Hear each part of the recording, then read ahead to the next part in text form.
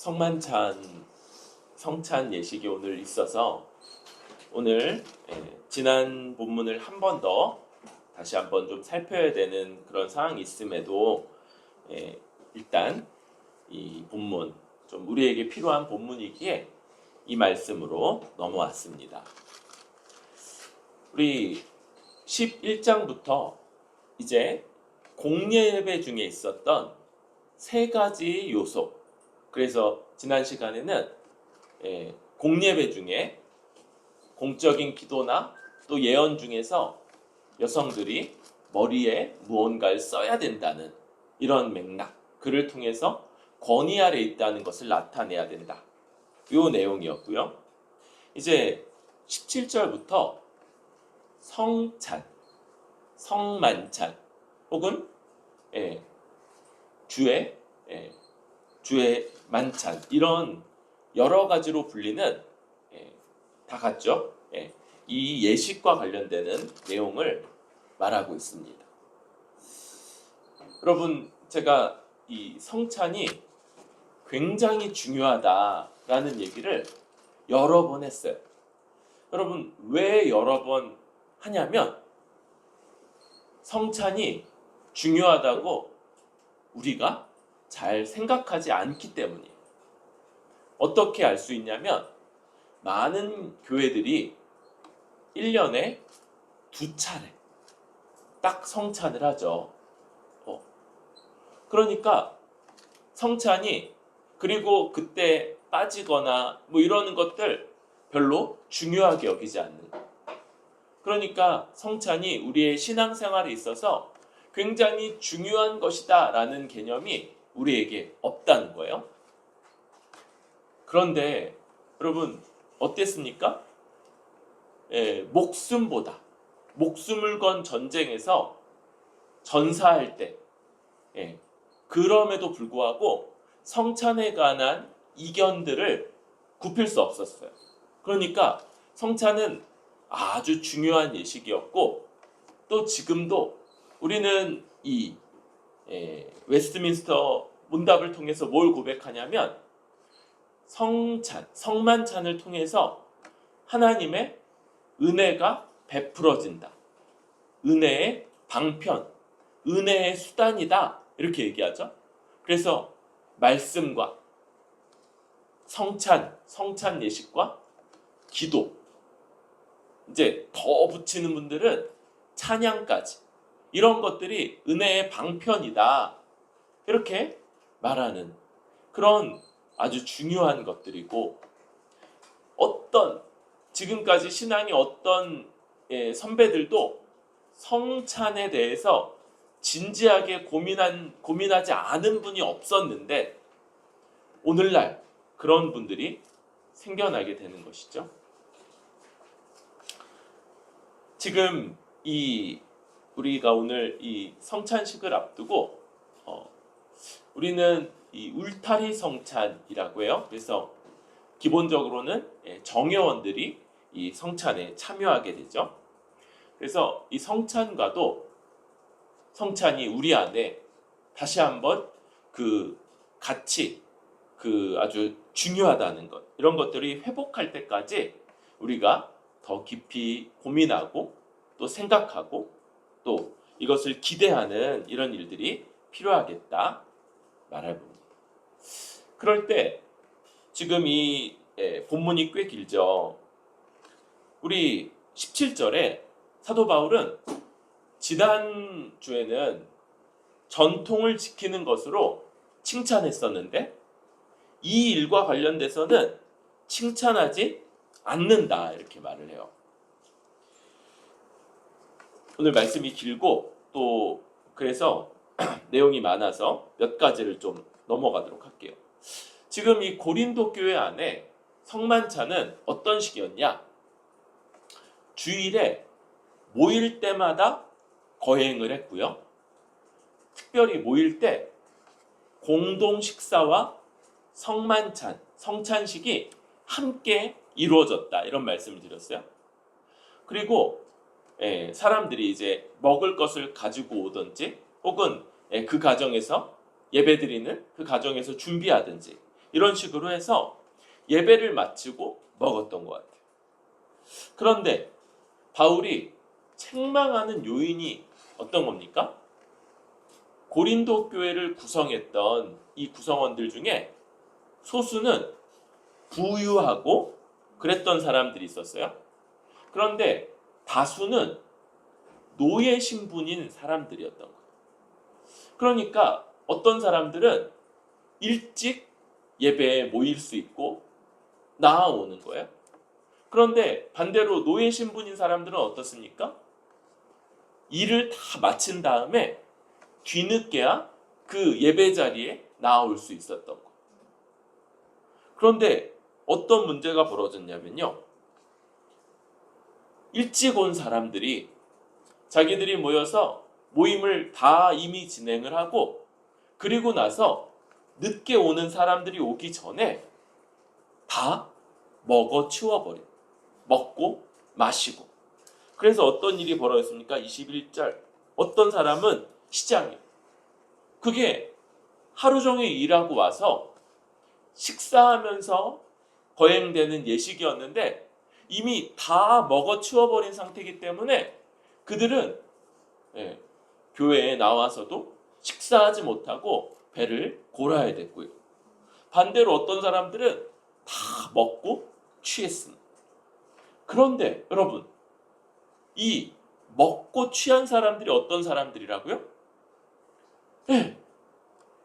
다른 사람들보다 비교적 자유롭고 자기가 자기 시간을 쓸 수 있고 그리고 먹고 마실 것이 있는 그런 사람들이었던 거예요. 그래서 22절 너희가 먹고 마실 집이 없느냐?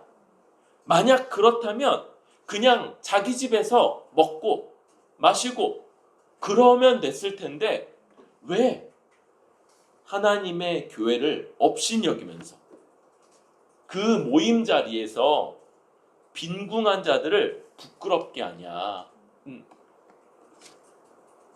그러면서 이것에 대해서 책망을 하는 이런 일이 벌어지고 있는 것입니다. 여러분, 계속 좀 말씀을 좀 살피도록 할게요. 그럴 때 사도 바울은 이런 문제를 얘기한 다음에 먼저는 23절부터 26절까지 주님이 제정하신 이 예식에 대해서 이야기를 합니다. 23절에 내가 너희에게 전한 것은, 여러분 앞에 여성들은 공예배 기도나 또 예언 때 머리를 가려라 라고 하는 이 권면도 사도 바울이 전해준 전통이었죠. 지금 이 성찬 역시도 사도 바울이 고린도 교회에 전한 전통인 거예요. 그런데 어떻습니까? 이것은 주께 받은 것, 주께서 명하신 것을 그대로 전수한 것이다. 이렇게 얘기하는 거예요. 그러면서 주께서 잡히시던 밤에, 여러분 우리 이 첫 성만찬 이것이 어떤 것이었는지 우리는 알고 있습니다. 그것은 유월절 식사 때 이루어졌던 거예요. 그래서 이 유월절 식사는 모세가 그 이스라엘 백성을 이끌어내던 출애굽하던 날 밤과 연결되게 되죠. 그래서 그날 어린 양을 잡아서 그 피를 문 주변에 바르고 그리고 그 자리에 앉아서 옷을 다 갖춰 입고 띠를 띠고 여행할 먼 길을 떠날 차비를 갖춘 채로 어린 양을 먹었던 것들을 기념하면서 그 매년 유월절 유월절 식사를 행했었는데 주님이 그 유월절 식사 자리에서 이 성찬식을 제정을 하시죠. 그리고 어떻게 합니까? 그들에게 떡을 축사하시면서 떼어주시는 거예요. 너희를 위하는 내 몸이니 이것을 행하여 나를 기념하라. 원래 어린 양이 죽고 그 어린 양을 나누어 먹었던 그 자리에서 너희를 위하는 내 몸이니 이를 행하여 나를 기념하라. 자기 몸을 내어주시는 것. 또 식후에 그와 같이 잔을 가지시고 이르시되 이 잔은 내 피로 세운 새 언약이니 이것을 행하여 마실 때마다 나를 기념하라. 그래서 또 자기의 피를 포도주 잔으로 자신의 피를 나누어 주시는 것들을 기념하라. 그러면서 이렇게 행해 주시는 것이죠. 여러분, 그리고 잡히시던 날, 잡히시던 밤에 이렇게 말하면서 이날은 주님이 잡히시고 부당한 재판을 당하시면서 십자가에 못 박혀 죽으시는 날이에요. 그래서 이 성만찬은 주님의 십자가 죽음, 십자가 사역과 아주 직접적으로 연결되는 것이고요. 주님이 십자가에서 죽으시면서 행하시는 그 일, 그것이 무엇입니까? 주님은 이제 자신의 몸과 피를 나누어 주시는 것이고, 또한 이것은 25절 새 언약이니, 주님이 십자가를 통해서 새 언약을 맺어주시고 이 언약이 영원토록 유효하다는 걸 기념하고 반복하는 그런 의미를 갖게 되는 것입니다. 두 번이나 나를 기념하라, 나를 기념하라 이렇게 말씀하세요. 그래서 초대교회는 매일매일 모였고 매일 모일 때마다 이 성찬을 거행하면서 주님을 기억하고, 뭘 기억합니까? 주님의 십자가 사역과 그 의미를 기억하고, 그로 인해서 이제 이 유익을 누리는 자들이 새 언약 하에 있다는 것, 영원토록 깨어지지 않는 새 언약, 새 마음을 주고 하나님의 뜻대로 행할 능력을 부여하는 이 새 언약 하에 있다는 것을 기념하는 그런 예식을 행했던 것이죠. 어느 때인가부터 이제 이 예식은 주일 공예배 때 모두가 함께 모이는 그 자리에서 공동 식사와 함께 행하는 그런 예식이 지금 되어 있고요. 그럼에도 여전히 예수님이 십자가에서 이루신 바를 기념하고 또 나누고 그것을 되새기는 그런 예식으로서 행해지고 있는 것이죠. 26절에 너희가 이 떡을 먹으며 이 잔을 마실 때마다 주의 죽으심을 그가 오실 때까지 전하는 것이니라. 결국 이 성만찬의 핵심에는 주님의 죽으심이 있게 됩니다. 주님이 죽으심으로 말미암아 성취된 은혜, 그리고 지금도 현재적으로 그의 몸을 나누어 주시고 피를 나누어 주시는 것을 통해서 우리에게 베풀어지는 이 놀라운 현재적인 은혜들이 이것 가운데 있게 되는 것이죠. 이 말씀과 관련해서 네 가지의 이 성만찬에 주된 견해차가 있다고 그랬어요. 로마 카톨릭은 화채설이라는 것들 주장합니다. 화채설은 사제가 이 떡과 잔을 들어 올릴 때 그게 실제로 예수님의 몸, 예수님의 피로 변화된다는 이론이에요. 로마 카톨릭은 여전히 이렇게 하고 있어요. 그래서 이 중요한 예수님의 살과 피를 이 부주의한 백성들이 흘릴까봐 포도주는 안 나눠준다고 그러죠. 포도주는 안 나눠주고 사제들끼리만 행하고 이 예수님의 몸을 사제가 입에 탁 넣어주는 방식으로 그렇게 행한다고 하죠. 루터파는 공제설이라고 하는 그런 이론을 주장을 해요. 예수님의 몸과 몸이 그 나누어주는 떡과 잔에 함께 거한다. 그 옆에, 위에, 아래, 안에 함께 거한다고 하는 이 공제설이라는 것들을 주장을 해요. 그런데 이제 지금 우리에게는 이 두 가지는 그렇게 큰 영향이 아니에요. 그런데 세 번째, 찌빙글리나 이런 사람들이 상징설이라는 걸 주장을 했어요. 상징설. 그러니까 이것이 하나님의 예수님의 십자가의 은혜를, 십자가 죽음과 대속의 은혜를 상징하는 것이다.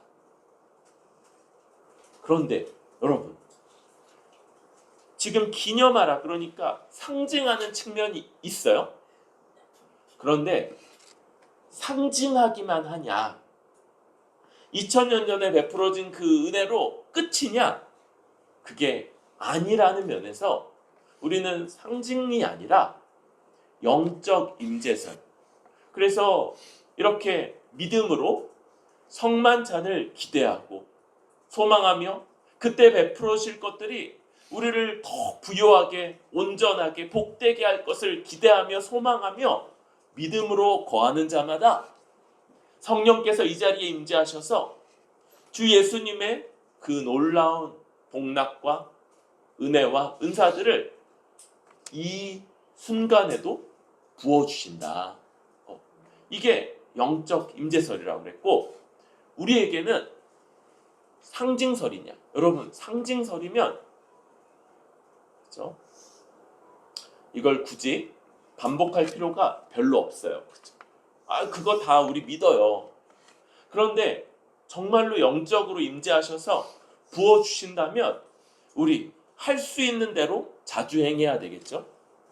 그래서 우리는 한 달에 한 번은 성만찬을 행하고자 이렇게 애쓰고 있고, 어떤 교회들은 매주 행하는 교회들이 있어요. 매주 잘하는 것이죠.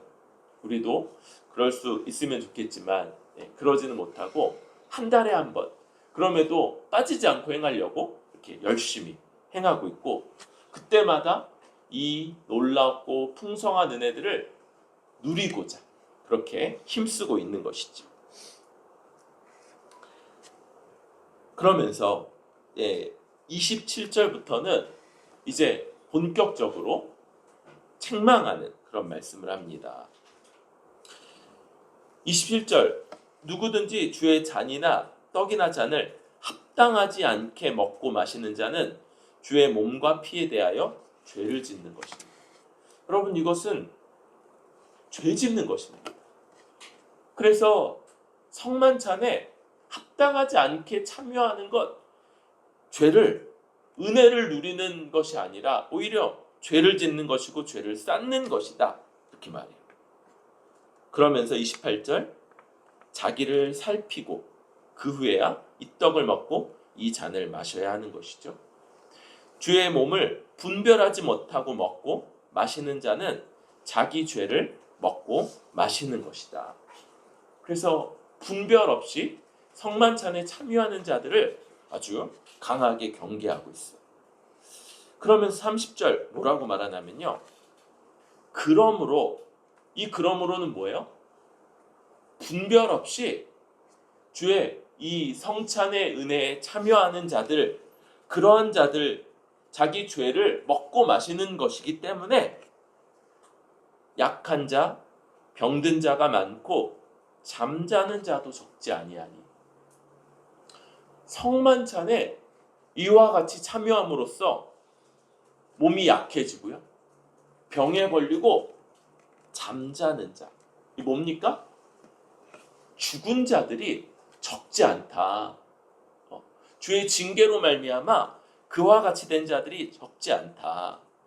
그래서 우리를 살폈으면 판단받지 아니하려니와 판단을 받는 것이다. 이렇게 말하고 있는 거예요.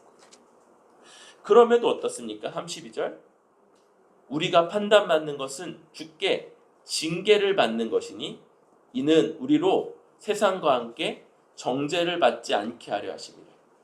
이렇게 주께서 주의 몸된 교회를 징계하시는 것, 이것은 세상과 함께 영원한 정죄, 하나님의 심판을 받지 않도록 징계하시는 것, 이 징계가 자녀들에게 내리는, 자녀를 사랑하기 때문에 내리는 그런 책망인 것이죠. 그래서 그런 의미가 있다. 그러므로 해결책을 얘기하죠. 먹으러 모일 때 기다리라. 예배드리고 먹기 위해서 함께 모였을 때 다 모일 때까지 기다리라. 만일 시장하거든 집에서 먹을지니 너희 모임이 판단 맞는 모임이 되지 않게 하려 함이라. 이렇게 해결책을 제시하고 있어. 그 밖의 일들은 내가 언제든지 갈 때에 바로 잡으리라. 그러니까 지금 이 문제만 아니라 다른 문제들도 더 있다는 거예요. 그런데 가장 시급한 문제, 그것 때문에 병들고 약해지고 죽는 사람까지 나오고 있는 이 성만찬의 이 중대한 문제를 잘 살피라.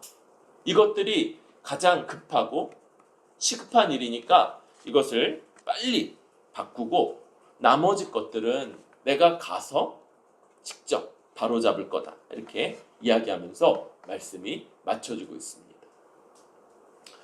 이 성만찬에 여러분 성찬이 은혜의 방편이라고 했어요. 그런데 여러분 하나님의 우리를 향해 주시는 이 놀라운 것들은 원래 이런 양날의 검과 같은 면을 가집니다. 여러분 복음에 대해서도 이미 사도 바울은 고린도후서에서 이런 말을 했어요.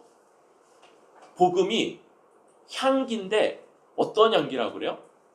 어떤 사람에게는 생명의 향기고 어떤 사람에게는 죽음의 향기라고 얘기해요. 여러분 왜 그렇습니까? 복음은요 죄인으로서 하나님의 진노와 저주 가운데 심판받을 수밖에 없는 자들에게 하나님이 최종적으로 행하신 은혜와 긍휼의 사역을 전하는 것이고, 그래서 그것은 이제 죽을 수밖에 없는 자, 마치 홍수에 휩쓸려 내려가는 자들에게 베풀어진 이 줄과 같은, 그것을 믿음으로 잡는 자들은 구원의 은혜를 누리게 되죠. 그런데 어떻습니까? 그게 마지막 기회, 그게 최후의 기회고 그것 외에는 다른 길이 없다는 것. 그래서 그것을 만홀히 여기는 자, 우습게 여기는 자, 에이 뭐 다음 기회가 있겠지라며 유보하는 자들이 심판에 이르게 되는 사망의 냄새다, 이렇게 이야기하는 거죠. 성만찬 역시 마찬가지입니다. 여러분 우리가 이 땅에서 살아갈 때 주 예수가 십자가를 통해서 이루신 모든 것들 외에는 의지할 수 있는 게 아무것도 없어요. 아무것도. 그런데 그것을 누리게 하고 그것으로 힘을, 이 성찬을 만홀하게 대한다면, 그것을 건성으로 대하거나 믿음 없이 그냥 기계적으로 참여한다거나, 이러한 것들이 얼마나 심각한 문제를 야기할지.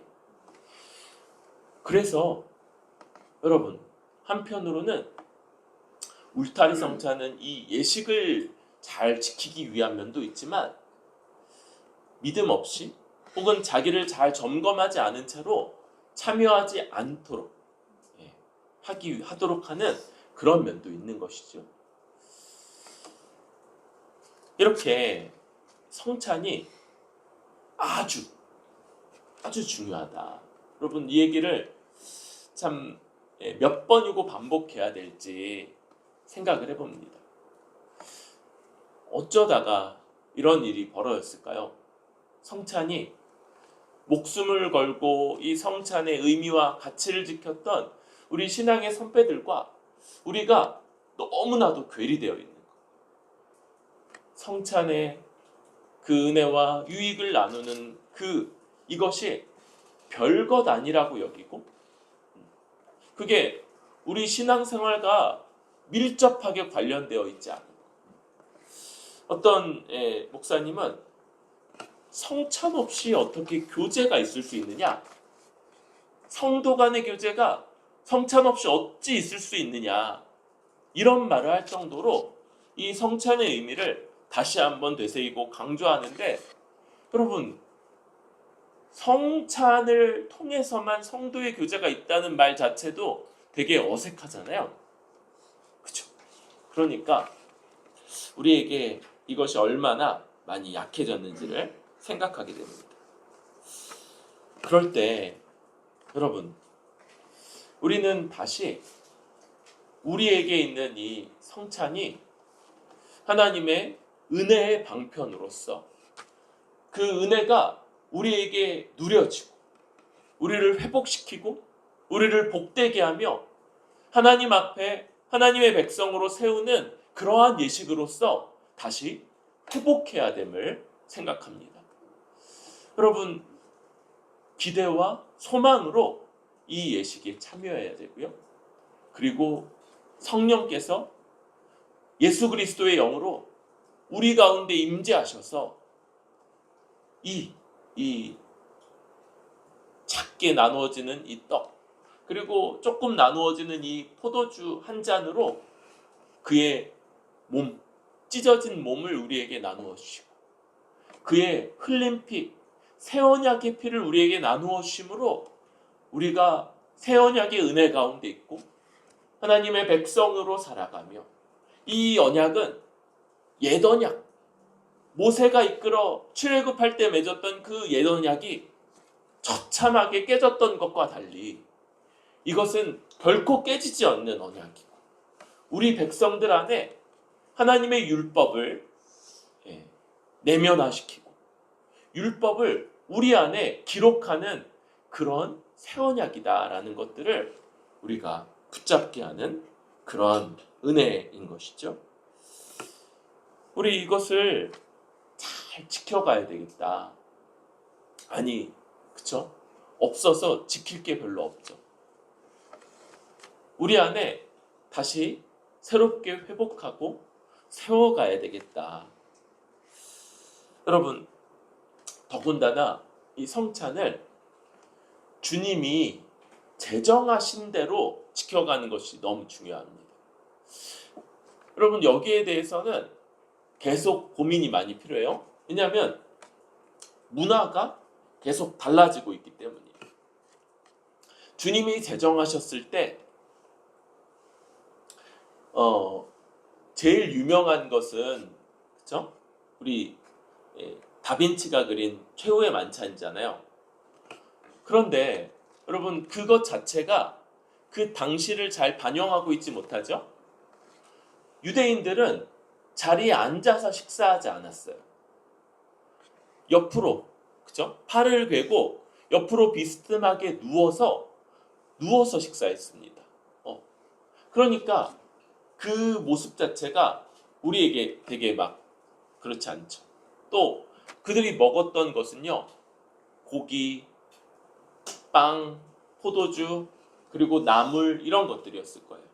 근데 우리 이제 그렇다고 또 다르고, 또 초대교회는 매일 모여서 이렇게 성찬을 행하고 식사를 했는데, 우리는 성찬과 이 공동 식사가 분리되어 있죠. 공동 식사는 예배 때마다 하지만 성찬은 이렇게 한 달에 한 번 행하고 있는, 이 공동 식사를 통해서도 우리가 함께 교제하고 함께 살아가는 지체라는 것들을 잘 살려내야 할 것입니다. 이 주님께서 교회에 은혜를 베푸시는 도구로서 성찬을 제정하셨고, 이게 그래서 굉장히 이제 중요한 것이죠. 로마 카톨릭은 성례를 7개로 그렇게 주장을 했어요. 7개. 2개는 세례하고 성찬이죠. 나머지 5개는 뭡니까?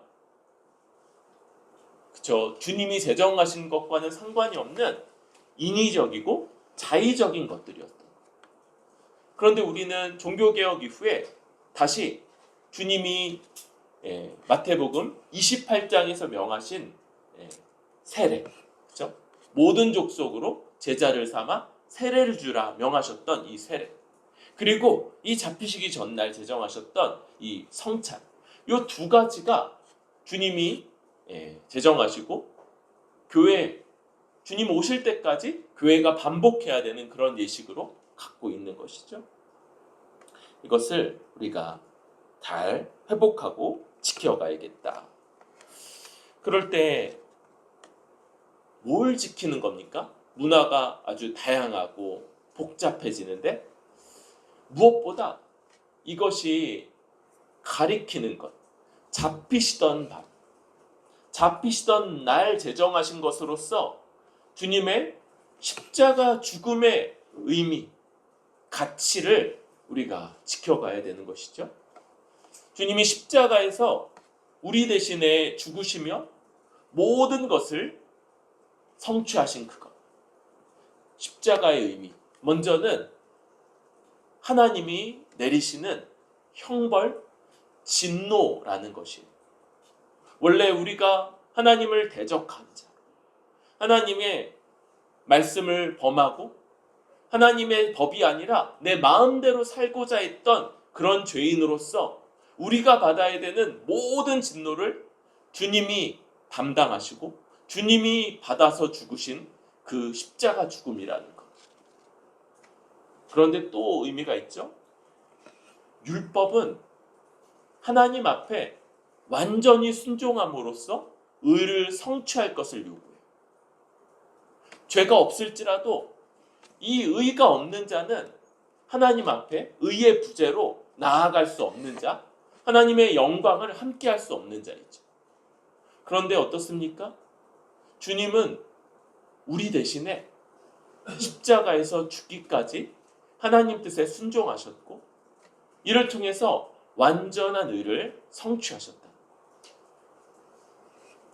그리고 우리는 이 주님의 완전한 속죄, 완전한 죄사함과 완전히 성취한 의, 이것이 다 십자가에서 이루셨다는 것을 이를 통해서 기억하고 기념하고, 그리고 우리 입을 통해서 우리 몸의 일부가 되는 이 성만찬, 이것으로 주님이 우리와 연합하셔서 주님이 가지신 모든 것, 이 척박한 세상에서 주님이 하나님의 백성으로 하나님 앞에서 살아냈던 이 모든 삶을 사셨던 은사들을 우리에게 베풀어 주신다는 것을 우리는 이 성만찬 통해서 믿음으로 받고 또 고백하는 것, 그리고 이런 하나님의 백성으로서의 새 언약의 은혜가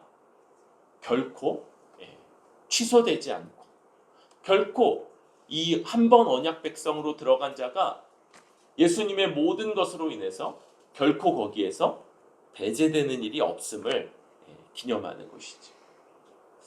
구약에서 이 새 언약을 예언할 때 뭐라고 예언합니까? 이것을 먼저는 구약의 모세 언약과 대조를 시켜요. 모세 언약과 새 언약. 모세 언약도 하나님이 은혜로 맺어주신 언약이었어요. 그런데 모세 언약의 한 측면, 그것은 백성들에게 이 동물을 잡고 그 피를 뿌렸습니다. 피를 뿌린다는 것, 이것은 그들에게 이 언약을 지켜야 될 책임이 있다는 것이었고, 그래서 모세 언약은 그 다음에 있는 이 백성이 지켜야만 하는 하나님의 뜻, 십계명과 이어지는 율법이 부과됐던 거예요. 그리고 이 백성은 율법을 지키는 것을 실패함으로써 이 언약은 깨어지게 되는 거죠. 그런데 새 언약은 어떻습니까? 새 언약은 하나님의 백성이 이 언약으로 인해서 예수님이 우리 대신에 흘려주신 피로 맺어진 이 언약은 완전하고, 그래서 우리 같은 자들 안에 성령으로 새 마음을 만들고, 그리고 우리 안에 율법이 내면화되는, 하나님을 사랑하고 백성을 사랑하는 것이 그 안에 내면화되는 새 마음을 가진 새 백성을 창조하는 언약이고, 그로 인해서 이 언약은 영원토록 깨지지 않는 언약이 되는 것, 그것이 우리 새 언약의 은혜인 것이죠. 우리는 성찬을 행할 때마다 우리가 누구인지를 기억해야 될 거예요. 우리는 새 언약 백성입니다. 새 언약이 맺어져 있고 지금 유지되고 있는 백성이고, 그리고 이 언약이 맺어지고 유지될 때 바로 언약적 복, 하나님의 백성으로서 하나님의 놀라운 복을 누리는 그런 백성이라는 것, 이것이 우리가 성만찬을 통해서 기념하고 기억하는 바인 것이죠. 그러면서도 우리는 이 성찬을 만홀히 여기는 것. 여러분, 이 문제에 있어서 우리는 계속 고민을 해야 되는 부분이 있습니다. 왜냐하면 이전 시대에 심지어는 로마 카톨릭까지도 성찬을 아주 중요하다고 여겼어요. 그 얘기했었죠? 이 어떤 사람이 먹다가 토한 이것을 한 사제가 자기 입으로 핥아 먹었다. 왜요? 예수님의 몸이니까, 그게 너무 소중하다고 여기니까 그렇게 행했다는 거. 그런데 우리에게는 이 성찬이라는 것이 이미 그 의미가 너무 약해져 있는 거예요. 여러분, 말씀을 안 듣고 말씀을 잘 배우지 않아서 우리 믿음이 떨어졌다고 여길 수 있고요. 또 어떤 이는 내가 요즘 기도하지 않아서 잘 기도하지 않기 때문에 그래서 은혜 가운데 거하지 못하는구나, 이렇게 생각하는 사람들이 있어요. 그런데 내가 요즘 성찬을 너무 뜸하게 해서, 혹은 성찬을 충분히 그 은혜를 누리지 못해서 내 믿음이 지금 온전치 않구나라고 여기는 경우가 별로 없지 않습니까? 여러분, 그렇죠?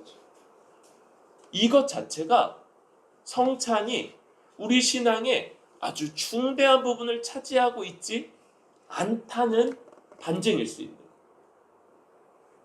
그래서 이 부분에 있어서는 우리는 굉장히 많은 고민이 필요하고, 또 특별히 성찬을 행할 때마다 다시 한번 우리 자신을 살피고, 내가 이 의미를 처음부터 다시 생각하고 있는지, 그리고 그 성찬이 우리에게 가지고 오는 바 그 은혜와 회복과 복락을 얼마나 기대하는지, 이것을 다시 한번 잘 살펴야 될 겁니다.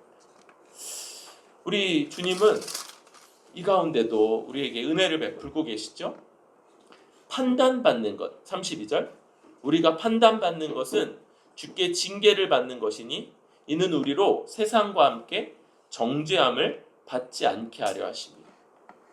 하나님이 이 성찬을 통해서 잘못 행하는 자들을 징계하실 때 그것은 세상과 함께 마지막 심판, 최후의 멸망이고 지옥의 심판을 받지 않도록 하기 위해서 이와 같이 징계하시는 거다, 이렇게 말하고 있는 거예요. 우리가 이 성찬을 통해서 우리에게 베풀어지는 은혜를 잘 기대하고 소망하고 그것을 의지하면서 행하고, 반대로 우리 그러지 않기 때문에 혹시 교회가 약해지고 많은 신자들이 믿음이 흔들리며 이런 일들이 벌어지곤 있지는 않은지, 그렇다면 주께서 제정하신 대로 그 의미를 되살리며 그 예식을 다시 한번 잘 살려갈 수 있는 방안이 뭔지를 우리가 계속 고민하면서 이 성찬에 참여하고 행해야 될 것이라 생각합니다. 오늘 우리 성찬 예식이 있는 날이어서 다시 한번 이 말씀을 나누었어요. 2000년 전에 고린도 교회에 사도 바울이 이 내용을 아주 급히 써보내면서 다른 문제들이 없는 것이 아님에도 이 문제가 특별히 중요하다 여기면서 이것을 써보내면서 가졌던 그 마음, 우리가 다시 한번 성찬에 참여하면서 이 성찬 예식이 얼마나 중요하고 얼마나 다시 회복돼야 될 것인지, 특별히 예수님의 영이 성령으로서 우리 가운데 임하셔서 오늘로 베풀어 주실 은혜들을 기대하고 소망하면서 이 성찬에 참여하고 주께서 허락하시는 풍성한 은혜로 회복되고 더 온전케 되는 저와 여러분들 될 수 있기를 소망합니다.